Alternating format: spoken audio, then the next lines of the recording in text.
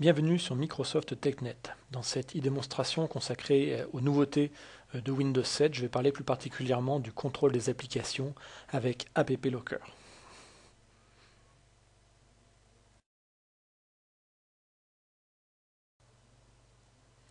Un des gros challenges aujourd'hui pour les administrateurs, c'est de contrôler un petit peu les applications qui peuvent être exécutées en fait sur les postes de travail des utilisateurs dans l'entreprise.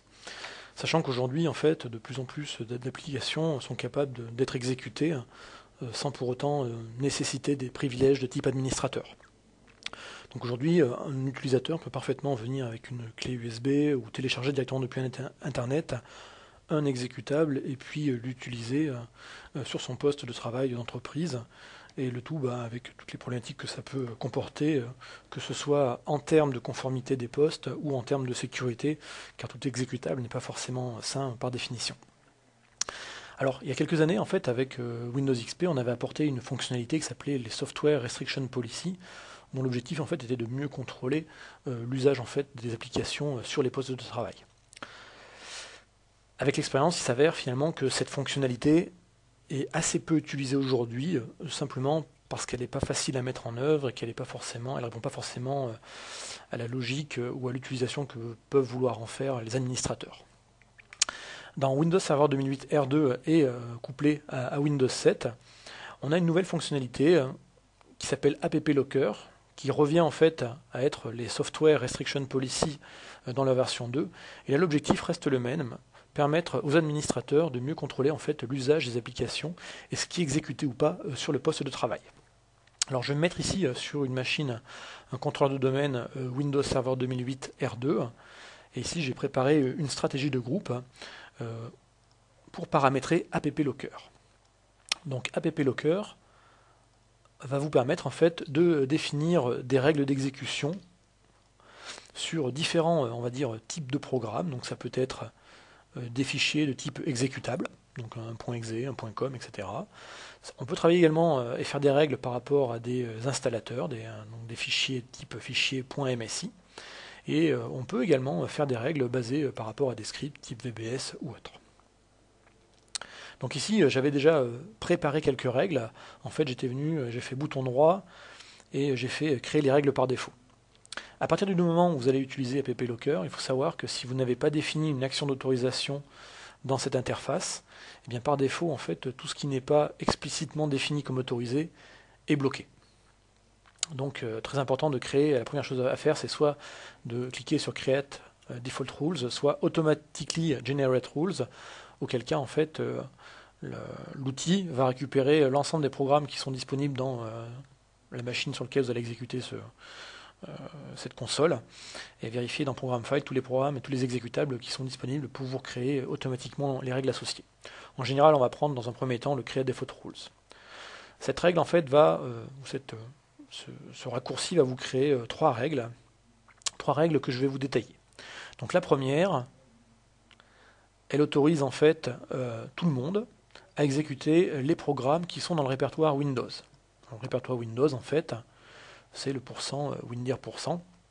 Donc tout exécutable qui sera, on va dire, dans ces deux points Windows, pour faire simple, pourra être exécuté par tout utilisateur sur le poste. De là, on peut après faire des exceptions, on verra un peu plus tard ce que sont les exceptions. Deuxième règle créée par défaut, les administrateurs locaux d'une machine peuvent exécuter un programme, quel que soit l'endroit, quel que soit le chemin sur le disque dur. Donc là, ici, le chemin est simplement étoile. Troisième règle, permettre à tout le monde d'exécuter des programmes qui sont dans le répertoire Program File.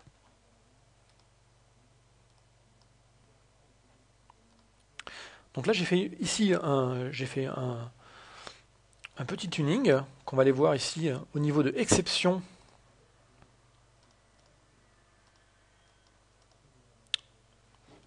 pour les administrateurs. Je vais dire, voilà, imaginons que dans mon entreprise, j'ai une règle qui dit je ne veux pas que toute personne, y compris les administrateurs, puisse exécuter un programme donné. On va prendre un exemple ici. Alors, on peut se baser par rapport soit à un chemin dans un répertoire, donc ce sera ceci, un PAF, Soit on peut travailler par rapport à un hash de fichier, c'est-à-dire que je connais l'exécutable que je ne souhaite pas faire exécuter, j'en calcule le hash et je vais utiliser en fait le hash par rapport à le hash étant un condensé par rapport à ce fichier, donc même si on renomme le fichier, de toute façon le hash sera toujours le même.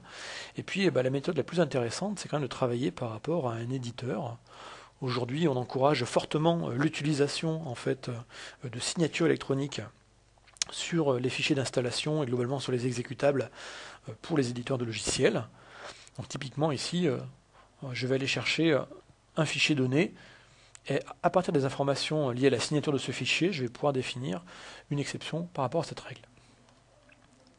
Donc ici, j'ai téléchargé un ensemble de logiciels assez communs de différents éditeurs. Donc vous voyez que j'ai des logiciels de Adobe, j'ai du FileZilla, j'ai des logiciels de la fondation Mozilla, j'ai le Messenger de Yahoo et puis j'ai également l'installeur de Skype.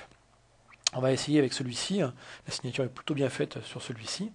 Et mettons, voilà, imaginons dans mon scénario d'entreprise, on dise, on a déjà une solution de voix sur IP et on ne souhaite pas que même un administrateur puisse installer une solution de type Skype sur le poste. Donc on sélectionne l'exécutable. Et automatiquement, basé par rapport en fait à la signature, qui est très bien faite dans le cas de Skype, c'est pour ça que je l'utilise, va nous permettre de savoir, par exemple, pour cet exécutable, l'éditeur qui l'a fait, eh bien, c'est la société Skype, basée au Luxembourg, avec tout le détail qui est derrière. Le produit ici est Skype. Donc là, à la limite, Skype ne fait qu'un seul produit. Si on prenait un autre exemple, comme par exemple Adobe, Adobe fait Adobe Acrobat Reader, fait le Flash Player, fait Adobe Air, etc. Donc là, on pourrait après cibler par produit. Donc là, la signature est associée à un exécutable particulier, qui est le Skype Setup, ici, et j'ai même ici un numéro de version. Donc là, je pourrais dire, j'interdis spécifiquement en fait cet exécutable sur ce numéro de version pour tel produit et tel éditeur. Maintenant, on pourrait également travailler sur des valeurs et dire, moi finalement, ce que je ne veux pas voir, c'est, je ne veux pas voir tout fichier qui serait skysetup.exe ou encore tout produit, tout simplement, qui serait le produit Skype. Donc je ne veux pas que mes utilisateurs puissent s'installer. Et je peux même aller jusqu'à dire, je ne veux aucun logiciel fait par l'éditeur Intel sur ma plateforme. Donc ça peut avoir plusieurs intérêts. Typiquement, par exemple, si vous autorisez tel ou tel logiciel, vous pouvez dire, ok, mes utilisateurs ont les droits d'installer ou d'utiliser ces logiciels. Par contre, je ne veux pas qu'ils utilisent des versions qui sont trop vieilles parce que probablement elles ont également des problèmes de sécurité ou de performance ou de stabilité. Auquel cas, à partir de là, vous pouvez commencer à régler le niveau et dire, je ne veux pas telle ou telle version. Et vous voyez qu'on peut, si on fait des custom values, jouer également ici sur le numéro de la version. Pas d'avoir par exemple de version qui soit en dessous de la version X ou Y. Voilà, donc là j'ai créé une exception, on va l'appliquer. Je vais maintenant venir sur mon poste Windows 7. Donc voilà, j'étais connecté en terminal serveur. Donc première chose, c'est que je vais vérifier qu'un service spécifique à AppLocker est bien démarré. Donc ce service s'appelle AppID Service.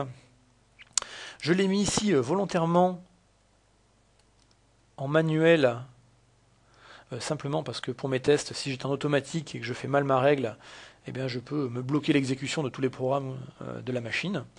Donc là, en étant en manuel, si j'ai le moindre problème quand je suis en train de préparer mes règles, eh bien j'ai simplement redémarré la machine, le service n'est plus actif et donc AppLocker ne fonctionne plus. Donc là, le service est bien démarré, donc service AppID. Je vais rafraîchir ma GPO.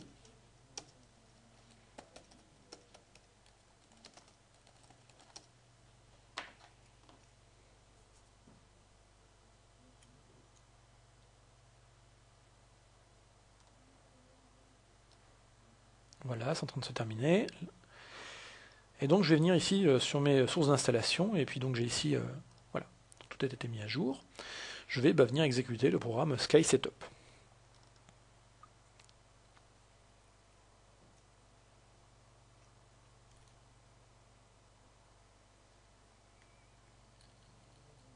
Donc si tout se passe bien, ça peut prendre après quelques secondes, voire quelques dizaines de secondes avant de s'exécuter.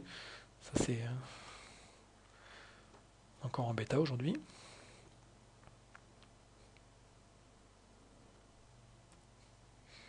Voilà, donc est-ce que je veux exécuter ce fichier? Bah oui. Et là vous voyez que le programme a été bloqué par stratégie de groupe. Plus d'informations, contactez votre administrateur. Donc voilà, j'espère que vous aurez compris qu'avec App Locker, aujourd'hui, contrôler l'usage et les applications qui peuvent être ou pas installées sur un poste est beaucoup plus simple que ce qu'il peut être aujourd'hui avec l'ancienne génération qui sont les Software Restriction Policy. Donc simplement en travaillant bien avec les signatures, avec des fichiers de hash, il est possible en fait de mieux contrôler quels sont les logiciels qui sont installés et exécutés par vos utilisateurs sur le poste.